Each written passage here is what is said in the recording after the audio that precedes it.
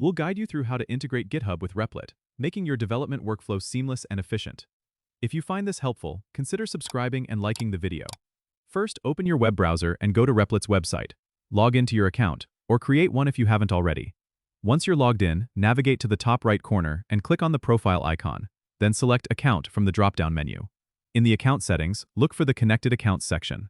This is where you'll link your GitHub account. Click on Connect to GitHub, and you'll be redirected to GitHub's authentication page. Log into your GitHub account if prompted, and authorize Replit to access your repositories. After authorization, you'll be redirected back to Replit, and you'll see that your GitHub account is now linked. To import a GitHub repository into Replit, go back to the main Replit page and click on the Create button. Select the Import from GitHub option. A list of your GitHub repositories will appear.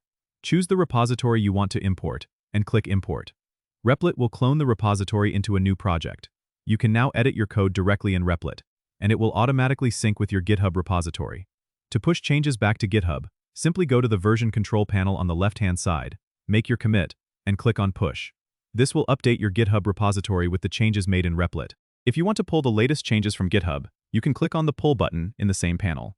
This ensures that your Replit project is always up to date with your GitHub repository. Don't forget to subscribe and comment if this helped you out.